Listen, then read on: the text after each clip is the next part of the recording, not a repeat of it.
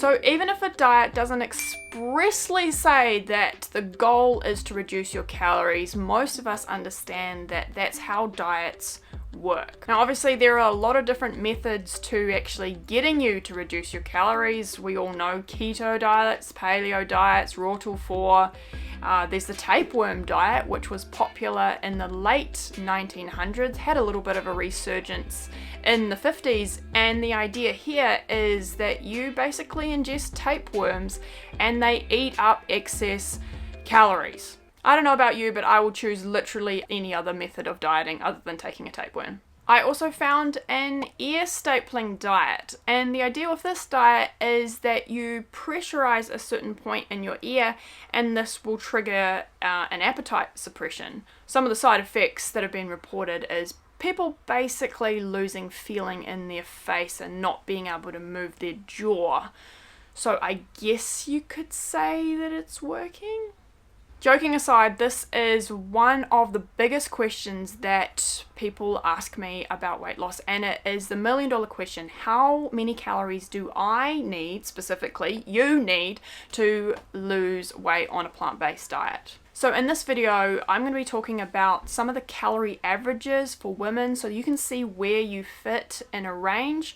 I'm going to be sharing with you how calories work in relation to weight loss and why calories are really what you need to be focusing on when you're losing weight. Maybe not in the way that you think. I know that sounds really bad, but we'll get into a proven formula which is going to help you learn how you can reduce your calories from whatever starting point you have and get into a calorie deficit without needing to know what that number is and without needing to track it. So some really good stuff. Let's get into the video. So I asked on my Instagram, what kind of questions do you want to know about how calories relate to weight loss and how many calories you need to eat in a day? And most of the questions that I got were super specific, like how many calories do I need to eat to lose weight? I am 52 years old, I weigh 200 pounds, I'm trying to lose 40 pounds by December. Those kind of questions. There was also questions like how many calories do I eat in a day? And I'll talk about that a little bit more at the end of the video. And then questions like, is 1200 calories too much? Is 1500 calories too little? But mostly people trying to understand where they fit and how to know. How the heck do you know how many calories you need to eat to lose weight? The thing that came across to me was really wanting assurance of what kind of range people needed to be in and how much their specific situation, like their metabolism and their age and their height, was going to affect whether they could lose weight or not. I really wanted to be able to answer these questions and just calm some of the fears that people have about whether this way of eating is going to work for them. So I went online and researched for quite a few hours how metabolism is affected by aging and height and all of these kind of things. And after a lot of frustration at not being able to find concrete answers, I ended up walking away because I realized that the kind of confusion and anxiety that I had about sharing this information accurately with you is probably similar to the confusion that you feel about trying to interpret and understand all of this kind of stuff. There's actually a much more simple answer to how varied is my calories versus someone else, and that is what is the ballpark range that I need to be in, and then how do I reduce my calories from my starting point. So you can go right now and check out some of these calorie counters that I have linked. Plug some data into that computer and it's going to spit out a number which, based on people's averages, is going to be reasonably accurate. The problem with this is that even if this number is accurate, it doesn't mean that you're going to be able to stick to it. It doesn't mean that if you track, you're going to get your tracking 100% accurate.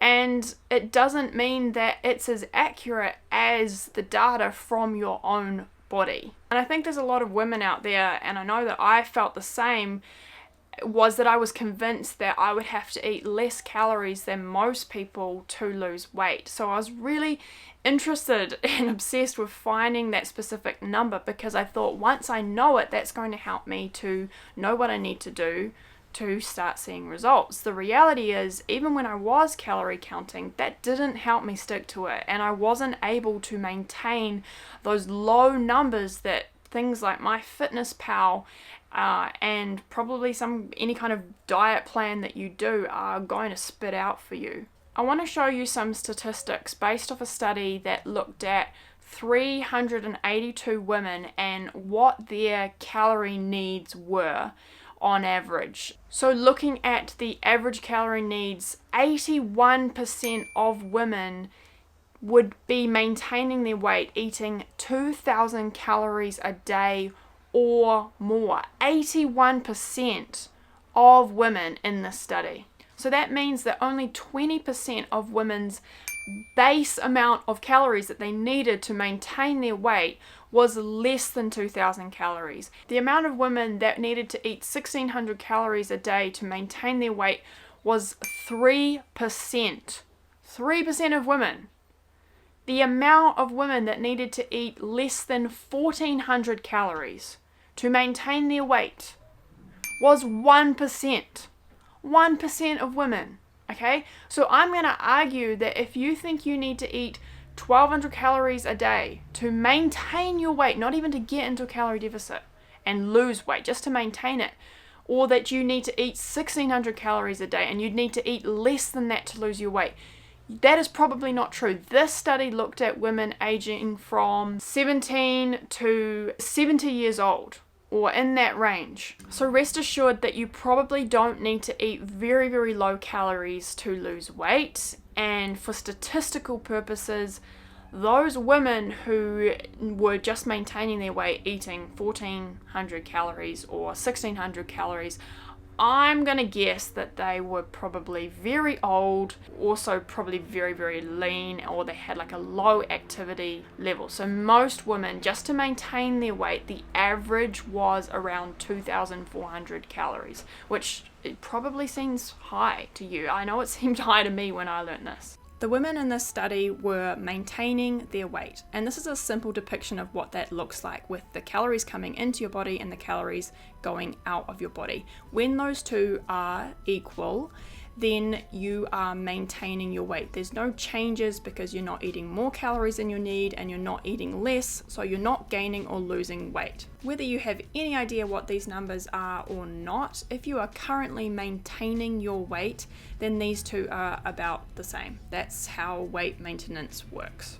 The goal of all weight loss is to change this balance so that the calories that you eat are less than the calories that you burn. If you can do this, you will lose weight 100% of the time. This is how a calorie deficit works. And what you want to achieve is this gap right here, so that even if you have no idea what those numbers are, you get into a calorie deficit.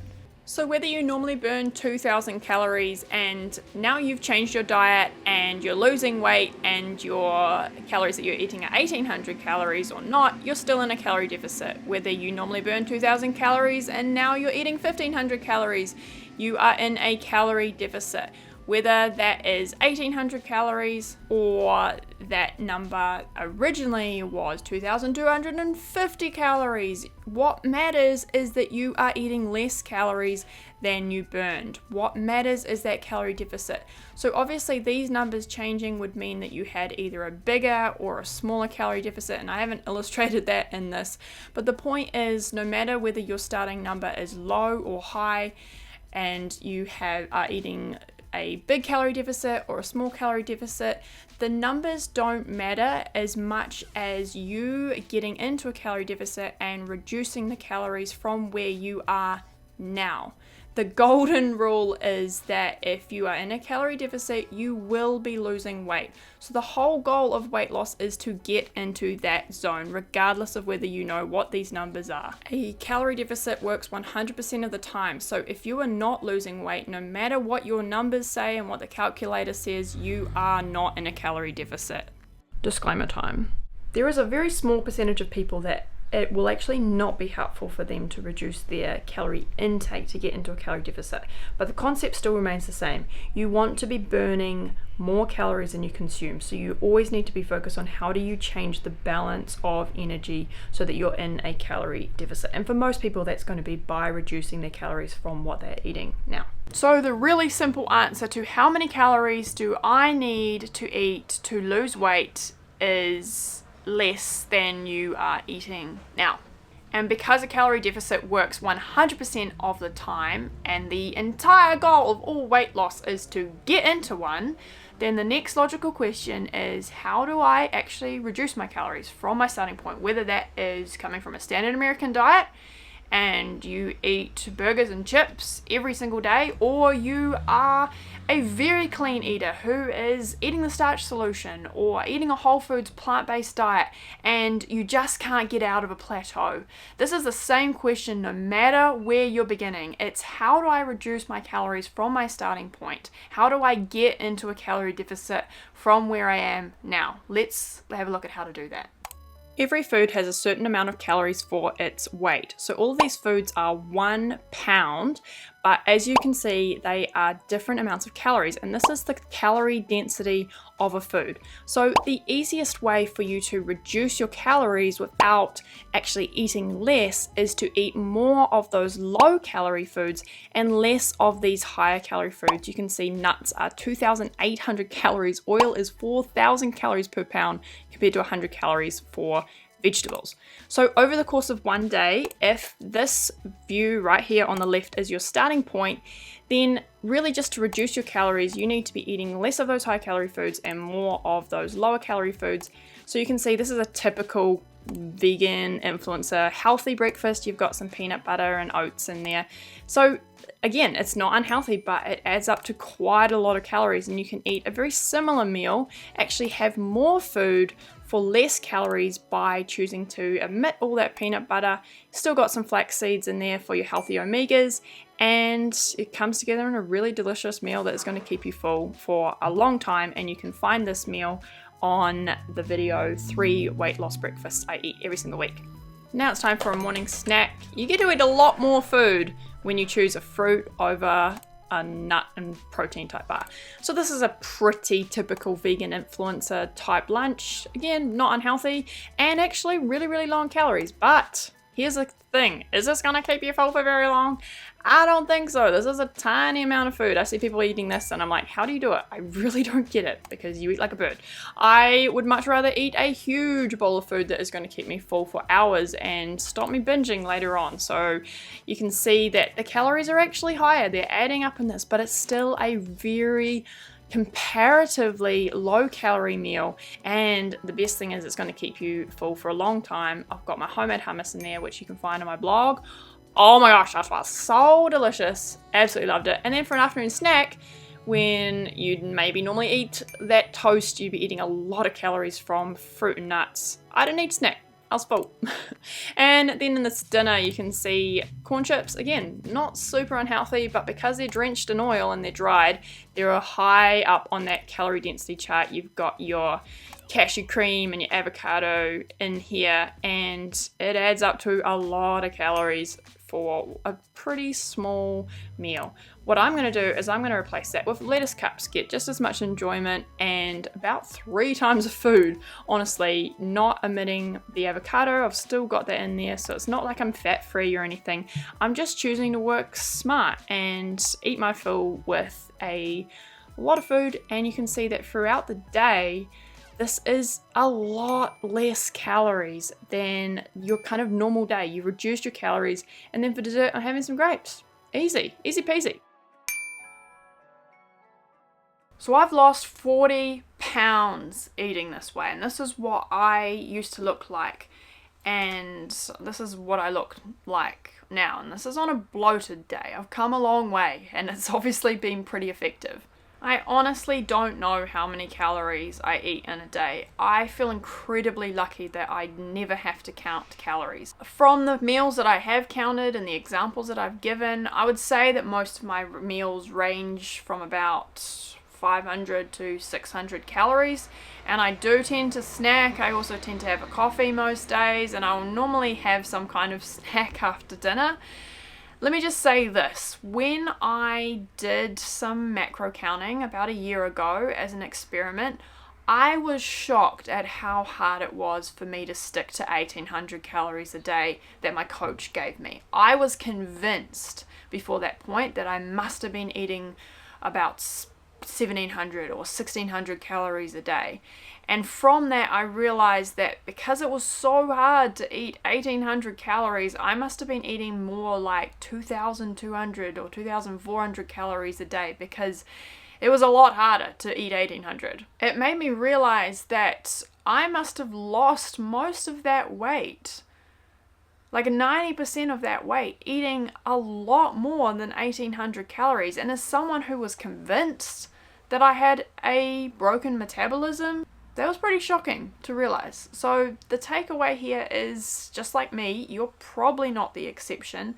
And like most people, you're probably just eating more calories than you realize. So the point is not to focus on them, and instead focusing on lowering the calorie density of your meals and lowering your calories from your starting point, which is very effective, as we have seen.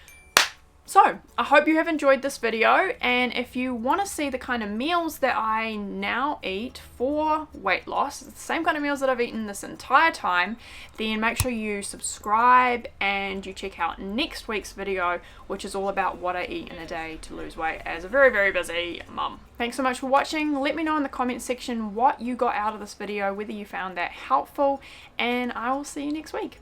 Bye!